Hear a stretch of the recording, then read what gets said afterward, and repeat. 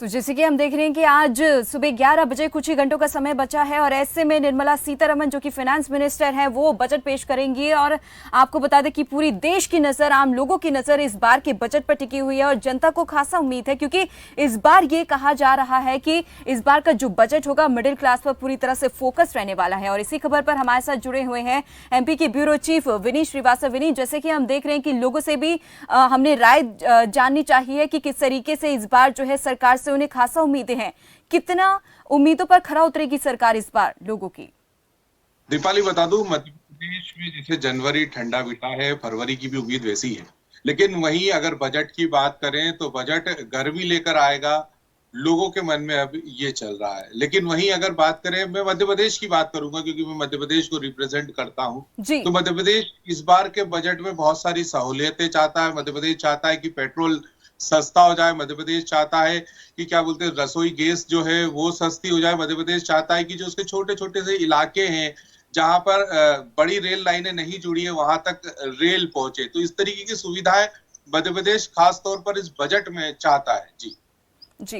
विनीत, जैसे कि पिछले कुछ दिनों पहले अभी प्रधानमंत्री नरेंद्र मोदी ने ये बात कही थी और निर्मला सीतारमण ने भी ये साफ तौर पर कहा था कि इस बार का जो बजट होगा पूरी तरह से मिडिल क्लास फैमिली पर फोकस रहेगा। लेकिन मिडिल क्लास फैमिली की अगर हम लोग बात करते हैं तो दो सबसे बड़ी प्रॉब्लम है, सबसे पहले महंगाई है और दूसरी बेरोजगारी। तो क्या ये दोनों चीजें, इन दोनों समस्याओं से निजात मिल पाएगा आम जनता को? कितनी कुछ आसार जो है, क्या कुछ आसार लगाए जा रहे हैं?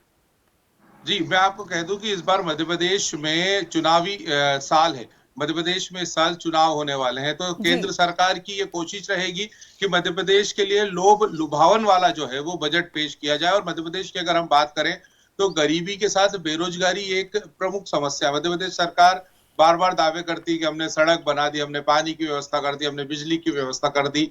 चाहे गाय बगाए ये व्यवस्थाओं की पोल खुलती है, लेकिन सबसे असलियत बात जो है मध्य प्रदेश में इस बार जो चुनावी मौसम में सबसे बड़ा जो मुद्दा है वो बेरोजगारी है। और बेरोजगारी के लिए केंद्र सरकार को इस बजट में, सीतारमण जी को इस बार इस बजट में कुछ ना कुछ करना पड़ेगा। और अगर मध्य प्रदेश को लेकर, बेरोजगारी को लेकर अगर कुछ नहीं होता तो तय बात है कि चुनाव परिणाम पर भी इस बार असर देखने को मिल जाएगा। वहीं जब कल शिवराज सिंह चौहान भी मीटिंग कर रहे थे, समीक्षा बैठक कर रहे थे, तो उनका भी जोर यही था कि मध्य प्रदेश में जो है किसी तरीके से रोजगार बढ़ाया जाए, प्राइवेट सेक्टर्स में रोजगार लेकर आया जाए। तो जी। मध्य प्रदेश को इस बार बजट से बहुत उम्मीद है। वो चाहे कारण चुनावी वर्ष का ही क्यों ना हो, लेकिन उम्मीद की जा रही है कि इस बार गरीबों के लिए थोड़ा सा बजट जो है वो सस्ता होगा और दूसरा बेरोजगारी जो है उसकी समस्या बहुत हद तक हल होगी। जी। चलिए, बहुत बहुत धन्यवाद इस तमाम जानकारी के लिए। और ये थे हमारे साथ मध्य प्रदेश के ब्यूरो चीफ विनीत श्रीवास्तव, जिन्होंने बताया कि मध्य प्रदेश की जनता क्या कुछ कहती है। अब आपको सीधा ले चलते हैं दिल्ली में, जहां से हमारे संवाददाता जुड़े हुए हैं, अवनिंद्र सिंह। अवनिंद्र, जैसे कि हम देख रहे हैं कि मध्य प्रदेश का हालचाल जाना, क्या चाहती है मध्य प्रदेश की जनता, वो हमने जानने की कोशिश की। लेकिन अगर हम लोग दिल्ली, देश की राजधानी दिल्ली की बात करते हैं, तो क्या जनता चाहती है? क्योंकि मुख्य जो समस्या है इस बार बेरोजगारी और महंगाई सबसे ज्यादा चरम पर है। जी दीपाली, देखिए आपको बता दें, आम बजट 2023-24 का आज पेश किया जाएगा। जो देश के वित्त मंत्री हैं निर्मला सीतारमण, वो 11 बजे से भाषण देना शुरू कर देंगी। और इसको लेकर जो आम जनता है उसको बहुत सारी उम्मीदें हैं कि ये जनता के हित में बजट आएगा। और खासकर हमारे पीछे आप लोग देख रहे होंगे, काफी लोग मौजूद हैं, उनसे बात करेंगे जो आज का बजट है वो जी। किस तरीके से बजट आएगा, लोग क्या उम्मीद बजट से लगाए हुए हैं। क्या लगता है भाई, आज जो बजट आ रहा है, आप उस बजट पे क्या कहेंगे, कितनी उम्मीदें हैं आपको सरकार से? रसोई घर में आटा दाल चावल इतना महंगा हो रहा है, रसोई गैस इतनी महंगी हो रही है कि पहले 400 का सिलेंडर मिलता था, आज 1100 का हो गया है। और तो क्या आज के जो बजट है उससे क्या उम्मीदें सरकार से हैं आपको? उम्मीद यही है कि रसोई आटा दाल चावल सस्ता होना चाहिए और हमें यही है। क्या लगता है? कितना बजट इसमें रहेगा लोगों का? मुझे पूरी आशा है सरकार द्वारा जो भी बजट पेश होगा वो जनता के फायदा के लिए ही होगा। क्या किस तरीके की स्वास्थ्य की बात की जाए, शिक्षा की बात की जाए, किस कैसा बजट आपको चाहिए? स्वास्थ्य विभाग को भी देखा जाना चाहिए और शिक्षा के स्तर को भी सुधारना चाहिए। बाकी महंगाई के लिए भी बहुत है, जैसे सिलेंडर है, पेट्रोल है, डीजल है, गैस है, इसको बहुत ही महंगाई चल रही है। इसको भी बजट को देखते हुए पेश किया जाना चाहिए। क्या लगता है, आप नाम नागरिक हैं, आज बजट पेश हो रहा है, सरकार से क्या कहेंगे? आप ये जॉब करते हैं। जी सरकार से यही कहना है कि मतलब वेतन सबका सही होना चाहिए। वेतन कम है और महंगाई बढ़ रही है तो बंदों को बहुत दिक्कत हो रही है, इसलिए वेतन सही होना चाहिए।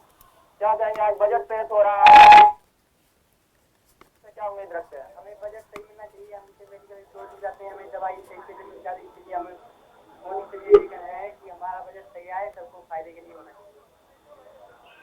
जी दीपाली, देखिए हमने लोगों से बात की तो उनका साफ तौर से कहना यह है कि जो बजट है वो जनता के हित में बजट आना चाहिए। चाहे स्वास्थ्य की बात हो या रोजगार की बात हो या ऑटो चालक हो, किसी भी तरीके के डीजल पेट्रोल के लगातार दामों में बढ़ोतरी देखते हुए कहीं कहीं जो जनता है वो जबकि देखना होगा कि जो 2024 का लोकसभा चुनाव है और सरकार जनता के हित में बजट पेश करने की कोशिश कर रही है।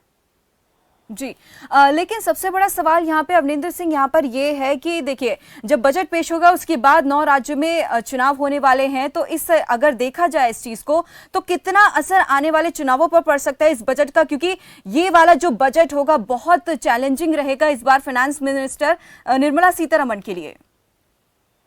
जी बिल्कुल, निर्मला सीतारमण के लिए यह बजट काफी महत्वपूर्ण रहेगा क्योंकि 9 राज्यों में चुनाव है। उस चुनाव को देखते हुए जो भारत सरकार है ताजा है, वो सरकार जनता के हित में बजट पेश करने की पूरी कोशिश करेगी और जहां तक है वो जनता के हित में ही बजट पेश किया जाएगा। उसके बाद 2024 में लोकसभा चुनाव है तो कहीं कहीं यह बजट जनता के हित में रहेगा।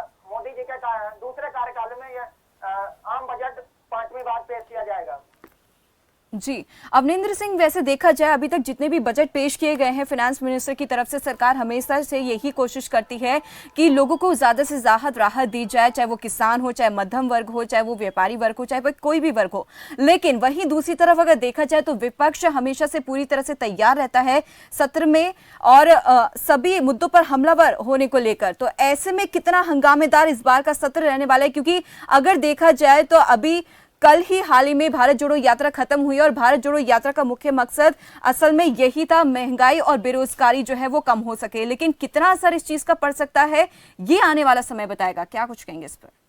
जी बिल्कुल दीपाली, आपको बता दें भारत जोड़ो यात्रा राहुल गांधी की जी दिल्ली से शुरू हुई थी और कन्याकुमारी से लेकर कश्मीर हर जगह गए उन्होंने, लेकिन उनका मेन मकसद भारत सरकार यानी मोदी सरकार पे ही हमला था, बल्कि ये रोजगारी और महंगाई को लेकर हमला नहीं था। लगातार 2024 पे राहुल गांधी का टारगेट है, उसको लेकर उन्होंने भारत जोड़ो यात्रा शुरू की थी और कल जबकि 30 जनवरी थी तो उन्होंने जाके जम्मू कश्मीर में श्रीनगर में खत्म कर दिया। जी चलिए, बहुत बहुत धन्यवाद अवनिंदर सिंह इस तमाम जानकारी के लिए। तो जैसे कि हमारे संवाददाता और ब्यूरो चीफ ग्राउंड जीरो पे मौजूद थे और ऐसे में लोगों से जानने की कोशिश की कि इस बार के बजट से वो क्या उम्मीदें रखते हैं, क्योंकि तमाम ऐसी बातें हैं जो अभी भी लोगों के जहन में है। अगर बात की जाए महंगाई की, बेरोजगारी, तो लोग जो है सबसे ज्यादा महंगाई बेरोजगारी से राहत पाना चाहते हैं और कई ऐसी चीजें हैं जिनसे उम्मीद जो है सरकार से लगाई जा रही है आम जनता को। और बस इंतजार है तो 11 बजे का, क्योंकि 11 बजे पर ही सभी पूरी जनता की, पूरे देश भर की जनता की जो है वो नजरें टिकी हुई हैं। क्या कुछ निकलकर सामने आता है इस बजट में वो